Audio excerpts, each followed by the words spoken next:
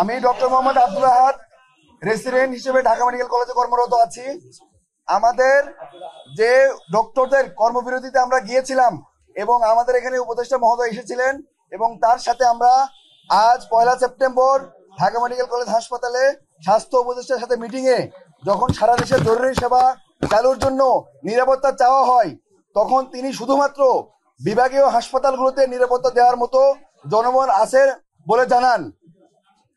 তাই বিভাগীয় হাসপাতালগুলোতে 1:1, আমি আবার বলছি, একজন ডক্টর, একজন সিকিউরিটি ফোর্সের সদস্য, সেটা হয়তোবা আর্মি হতে পারে, সেটা হয়তোবা পুলিশ হতে পারে, 1:1 সিকিউরিটি নিশ্চিত করে ঠিক তখনই যেসব হাসপাতালে এই সিকিউরিটি এনশিওর করা হবে শুধুমাত্র ইমার্জেন্সি সেবা চালু থাকবে। কোনো ধরনের রুটিন সেবা, আউটডোর সেবা চালু থাকবে না। শুধুমাত্র ইমার্জেন্সি অপারেশন হবে 1:1। যে কয়জন ডক্টর কর্তব্যরত থাকবেন ঠিক সেই কয়জন সিকিউরিটি ফোর্সের সদস্য যদি থাকে, যেই সব হাসপাতালগুলোতে, যেই সব মেডিকেল কলেজগুলোতে এই পরিমাণ জনশক্তি আমাদেরকে সিকিউরিটি দিতে পারবে, এই শর্তে আমরা ইমার্জেন্সি সেবা চালু করব।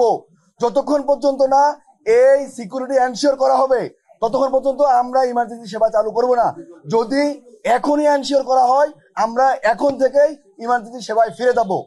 এবং এটা শুধুমাত্র আগামী 24 ঘন্টার জন্য।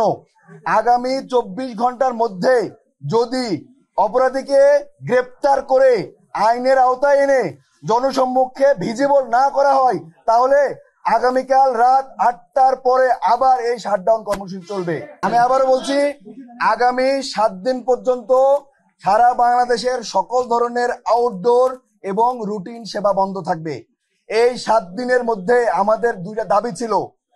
এটা স্বাস্থ্য অধিদপ্তরের আন্ডারে স্বতন্ত্র স্বাস্থ্য পুলিশের নিয়োগ দিতে হবে এবং এইটা এনশিওর করতে হবে এবং আমাদের চিকিৎসকদের নিরাপত্তার জন্য চিকিৎসক সুরক্ষা আইন প্রণয়ন করতে হবে।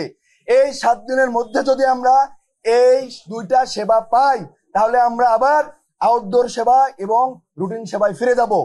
আদারওয়াইজ এই 7 দিনের মধ্যে যদি আমরা কোনো ধরনের কোনো সুরাহা না পাই, তাহলে আমাদের এই আউটডোর সেবা এবং রুটিন সেবা বন্ধ থাকবে। আগামী 24 ঘন্টা পর্যন্ত ইমার্জেন্সি সেবা চালু থাকবে শর্ত সাপেক্ষে।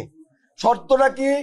যেই হাসপাতালগুলোতে, যেই মেডিকেল কলেজগুলোতে ডক্টর যে কয়জন থাকবে ঠিক সেই কয়জনই পুলিশ অথবা আর্মি অথবা বিজিবি যদি তাদের উপস্থিত থেকে সিকিউরিটি এনশিওর করতে পারে, সিকিউরিটি এনশিওর করার পরে আমরা আমাদের ইমার্জেন্সি সেবা চালু করব। সেটা যদি এখন থেকে করতে পারে আমরা এখনই করব।